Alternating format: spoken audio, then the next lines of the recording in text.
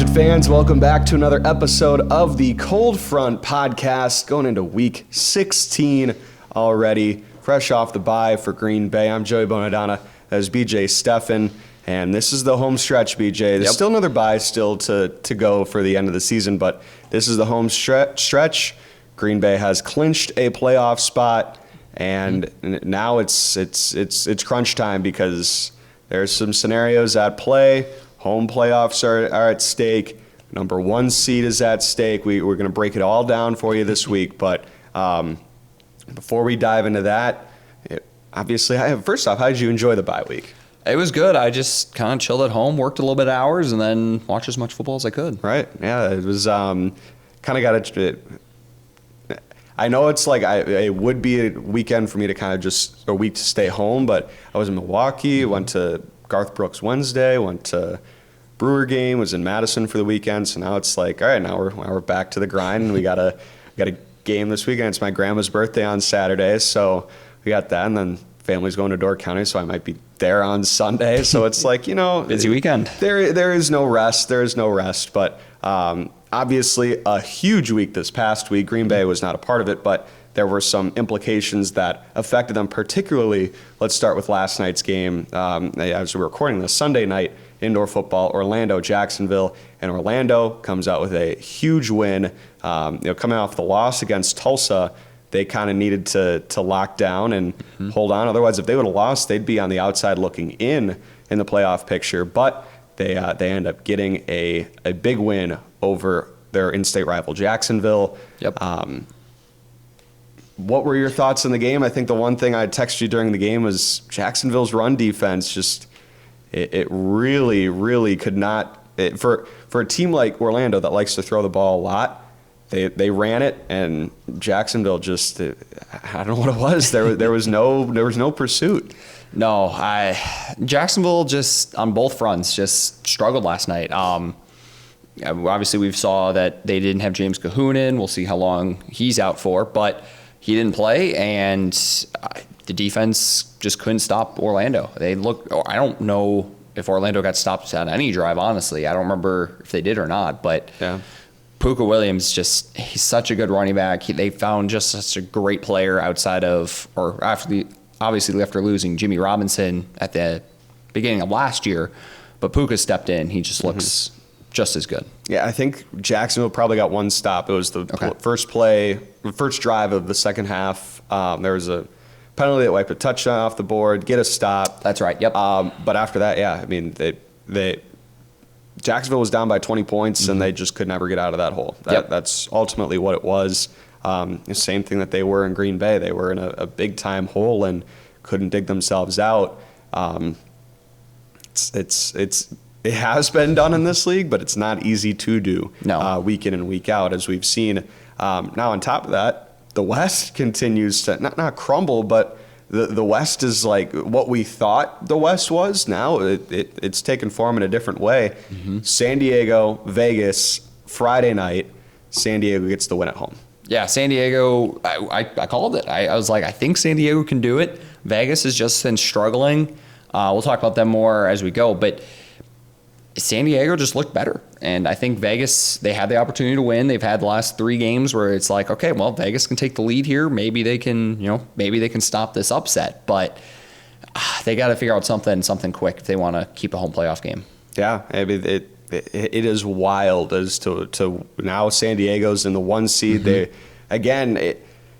for the whole most of the season, they've been in that 2 spot, but the conversation has been about Vegas and Arizona. Yep. San Diego has flew under the radar, and I think their argument's been their strength of schedule, and I get that.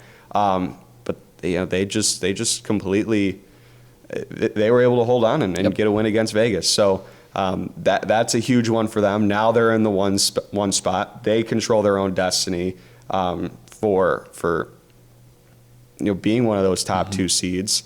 So again, that will be interesting to see going forward.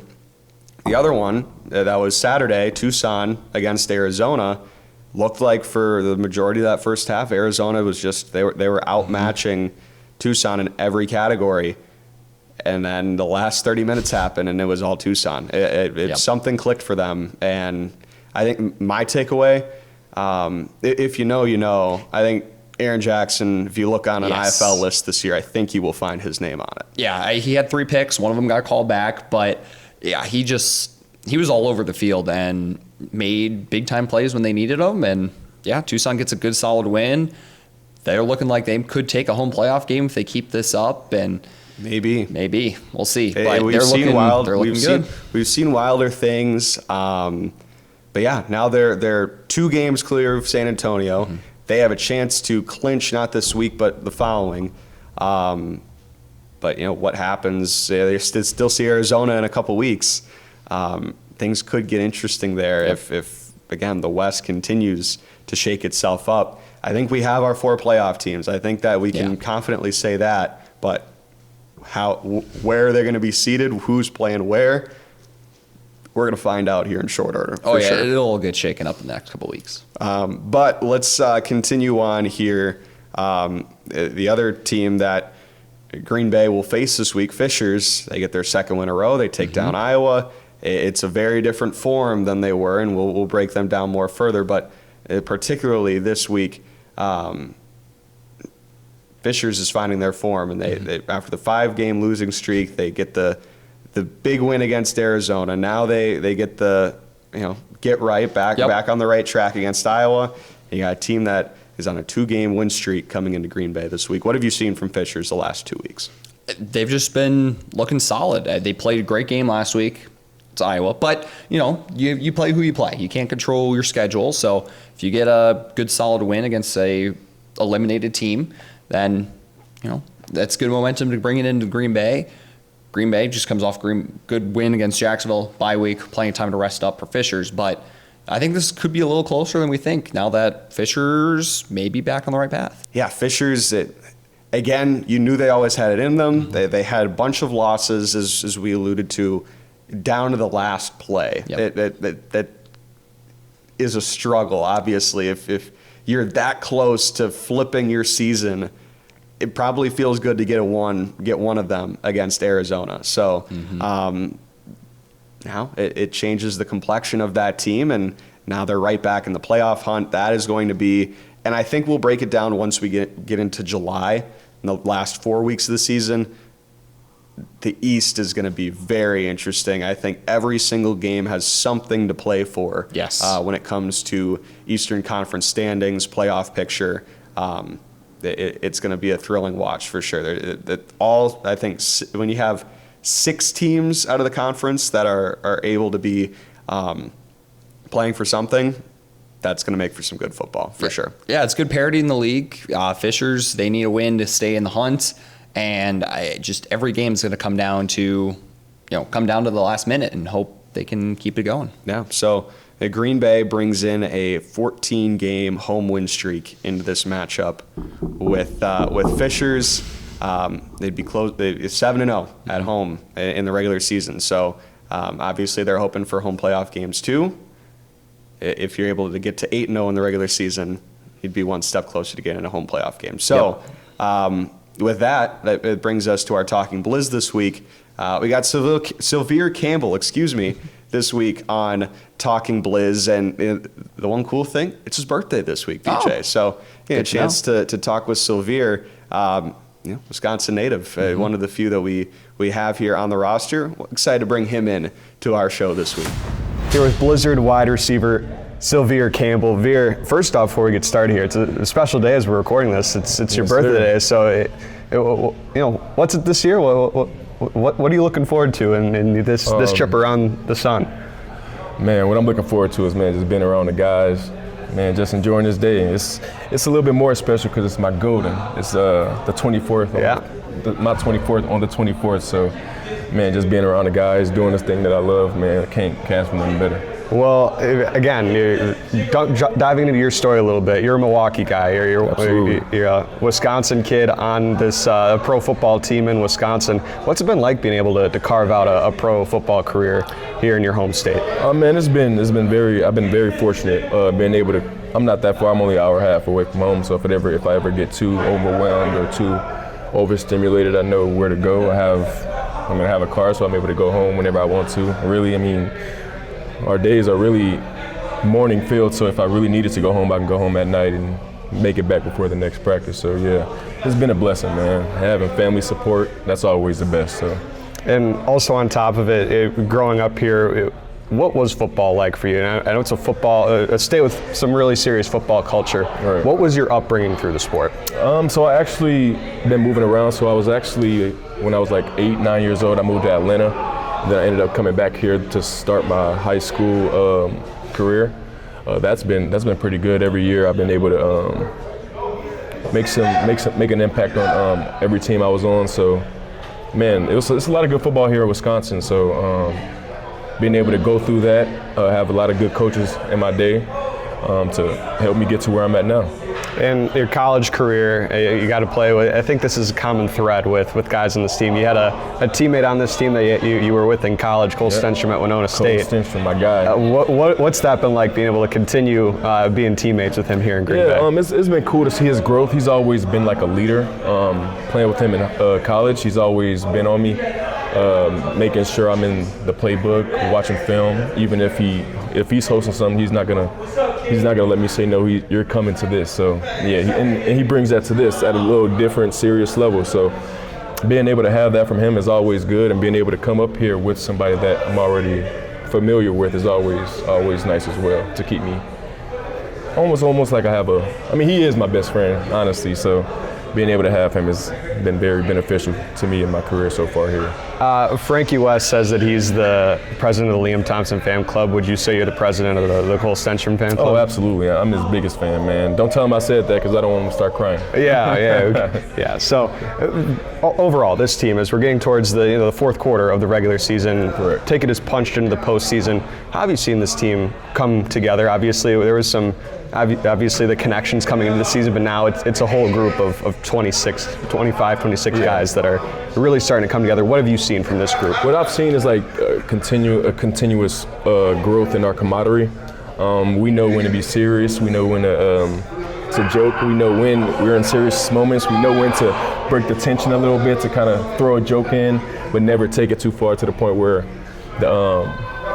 where it just overtakes all the serious moments. So being able to watch this team grow, this is like the first winning team that I've been on since high school. So, and you can just tell the culture, the standard is the standard. It's not gonna bend for anybody. So we all understood that, and yeah, once we figured out this is Blizzard way or no way, man, we realized the sky's the limit for us, and there's nothing that can stop us unless it's the Green Bay Blizzard.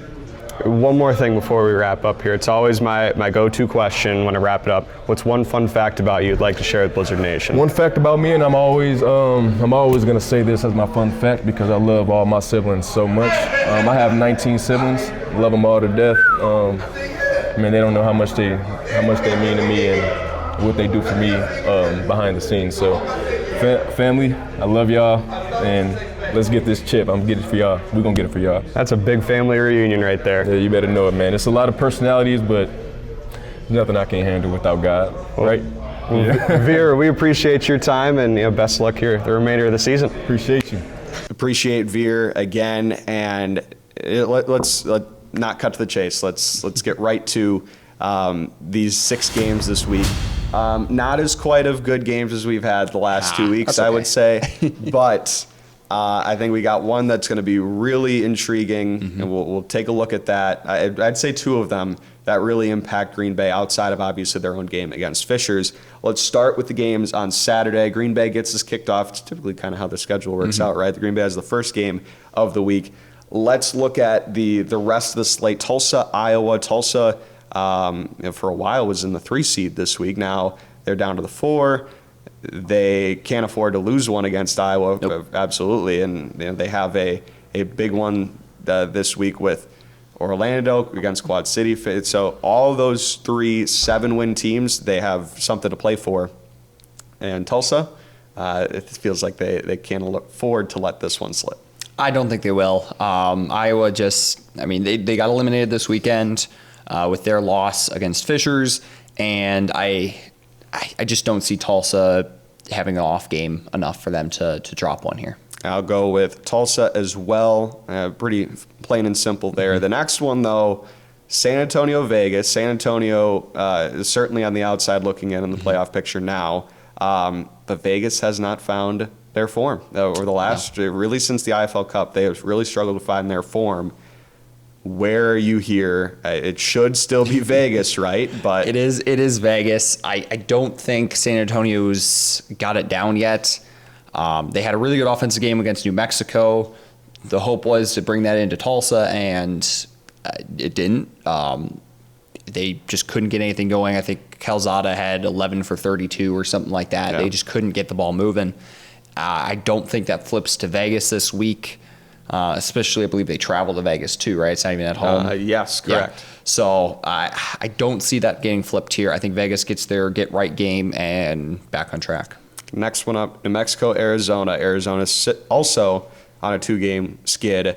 New Mexico, who would have thought this? It's New Mexico coming in with the win streak. They get one win over Northern Arizona. They didn't lead until the last 16 seconds. But no, that's not true. They had the 1-0 Rouge to start the game. 1-0 Rouge. The announcer said that too. I'm like, no, they were up. All right, 1-0 Rouge, sure. But it counts who's got the lead at the end, aside from a 1-point Rouge at the beginning of the game. Mm-hmm. Yeah, it was 59 minutes, right? 59 minutes. It was all Naz. Yep. But New Mexico gets the win.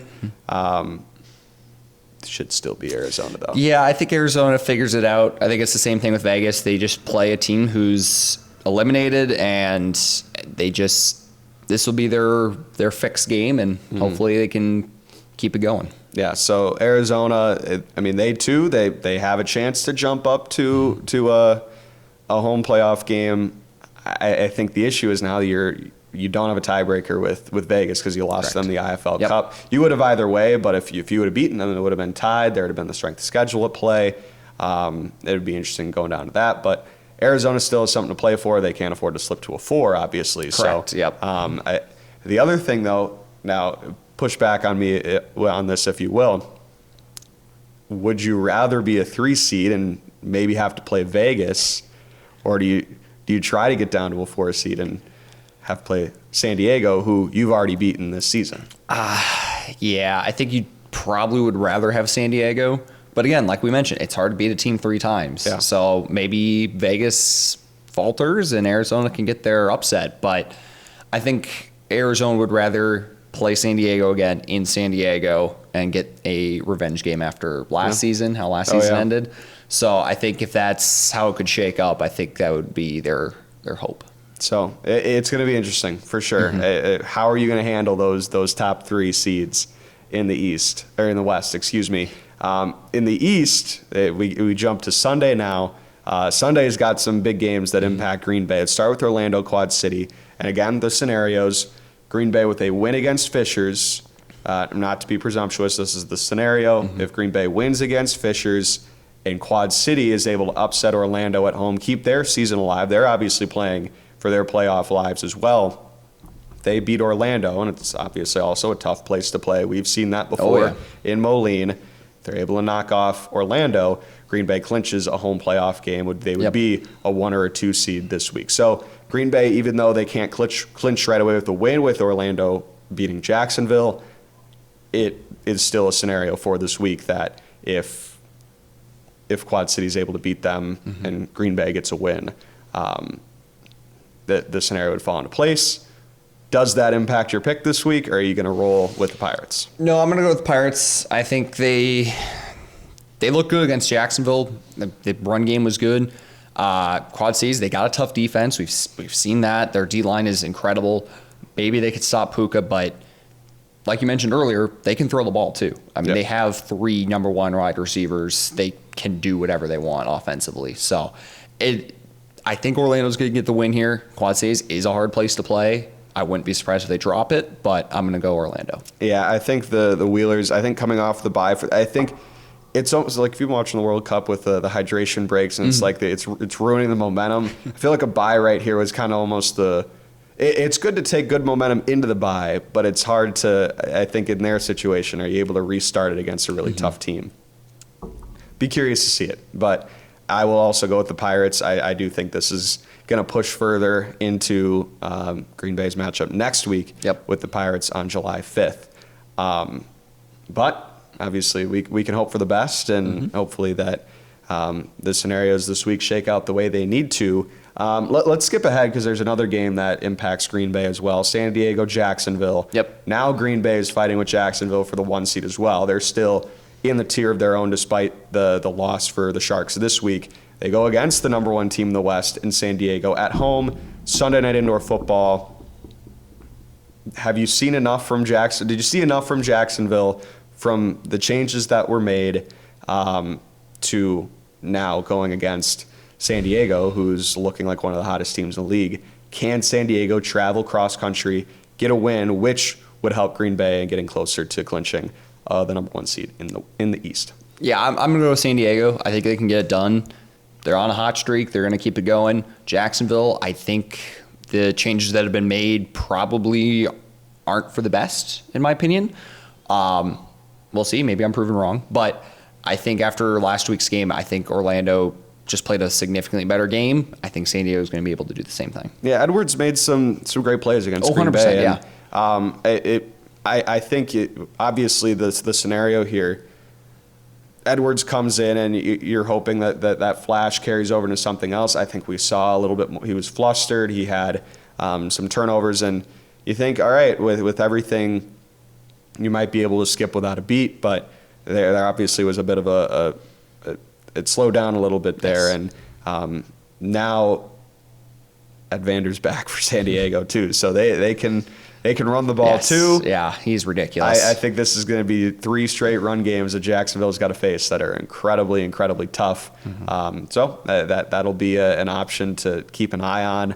I'll go with San Diego to get a win, and it does help out Green Bay in the process. Very much so. In lessening that magic number, which sits at 4 right now. Again, magic number is combined. In this case, Green Bay wins against the team that they're above's losses. So any combination of Green Bay wins or Jacksonville losses, if that number adds up to 4 through the rest of the season, Green Bay will have the 1 seed in the Eastern Conference. Now for Orlando, that number is 2. So if Green Bay wins and Orlando loses, they're clinched. They have a home playoff game. Tulsa, the number is 1. So any win clinches a playoff seed over Tulsa. So that's a little breakdown on how the playoff math all works. But San Diego, that would be a big one to lessen that magic number down to 3 or 2 by the end of the week. One more game to pick, and that's Tucson against Northern Arizona. Northern Arizona, they're the lone one-win team in the West now with the matchup against New Mexico. Tucson looking to keep this one rolling, but they got to make the trek north again to Prescott Valley. It's been a tough place to play. Obviously, Northern Arizona's had some teams on the ropes like Vegas and San Diego. Can Tucson buck that? And they obviously they still get the win like Vegas and San Diego, but can they control and get a win here? Yeah, Tucson's going to keep it going. Northern Arizona's, they got eliminated with the loss against New Mexico. I just don't see anything out of them that makes me think Tucson could drop this. And I think this should also be Tucson and really lock down the 4 teams that we have in the Western Conference. I think this would be the big next step towards that. As we now are wrapping up with Week 16, we do have a game to break down, obviously, for Green Bay. Green Bay, Fishers, alluded to it before. 3 matchups between these two this season. Green Bay lost the 3-game series of Quad City. They're up 2-0 on Fishers. They're up 2-0 on Iowa. Here's a chance to go and get a sweep, but it is incredibly hard to do. It is. And we've seen. So I think things haven't totally changed drastically for Fishers since the last time these two teams played. The only major loss was JT Stokes going on IR. But I still think the identity of this team is the same. They're going to play some tough, opportunistic defense, and they're going to be able to run the ball. Green Bay's had some trouble stopping the run in the past, but they've done well enough against this Fishers team and their run scheme Can they do it again for a third time? It's obviously been a month and a half since these two teams played. Has absence made the heart grow fonder for the Fishers run game? Yeah, If you would ask me after that first Fishers game, the second one, where we played in Fishers, I would have said I wouldn't be surprised if we dropped this third one because that game was so neck and neck. We were down. I think you'd be surprised if we wouldn't be surprised if it would be surprised if those teams weren't the 1 and the 2 seed. Right. Yeah. Fishers was just on a hot streak. It looked like nothing could stop them. Couple calls go our way. We get a little bit of momentum and we pull a last minute win, or I shouldn't say the last minute, but we get a good win in the second half. Right. And I would have said, yeah, Fishers, they're going to be a contender. They're going to be doing really, really good. And then they drop the next 4. And if they're one kick away from dropping 6 games in a row, and I think that changes the story a little bit. Like, okay, does Fishers have enough momentum to come into Green Bay? Green Bay's on a 7-game home win streak for this season, at least, right? We haven't lost at home yet, and I gotta just cover your bases. Just in case. So Fishers is a hard team to play. They're back on the momentum. We stop the run. You've mentioned it before. If they run 75% of the time, they're going to win. We stop the run. Hopefully, we get the win. Yeah. So obviously, this is even with the 2-game win streak, they can't afford to lose. Correct. They've been able to keep themselves in the picture, but now, obviously, with Orlando and Tulsa coming back into form, they can't afford to lose. No, they cannot. So we're going to be seeing a very, very tough and a team that's playing for their lives as they should be. And Green Bay's had a couple of those matchups this season. Early in the season against Quad City, a couple weeks ago against Quad City, and Quad City was playing for their lives, and they were able to win. So now, obviously, you have this matchup at home. I think that'll be another picture. I think the other one was Tulsa, but Tulsa was kind of able to flip the script after that. They went on the win streak after that loss. Yep. Now this is one that Fishers is coming into your place.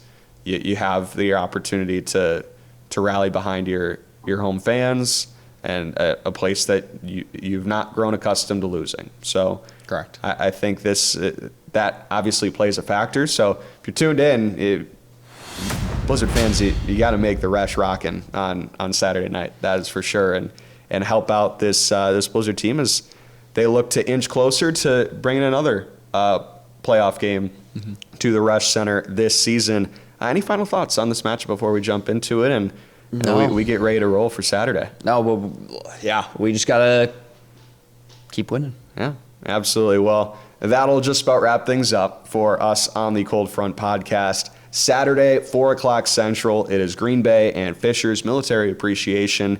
The year of America 250, right? It only happens once. I think that's how the math works, right? I think so. So it only happens once, America 250 here this summer, and getting a chance to celebrate that here this weekend as the Blizzard take on the Freight with a lot on the line for both teams.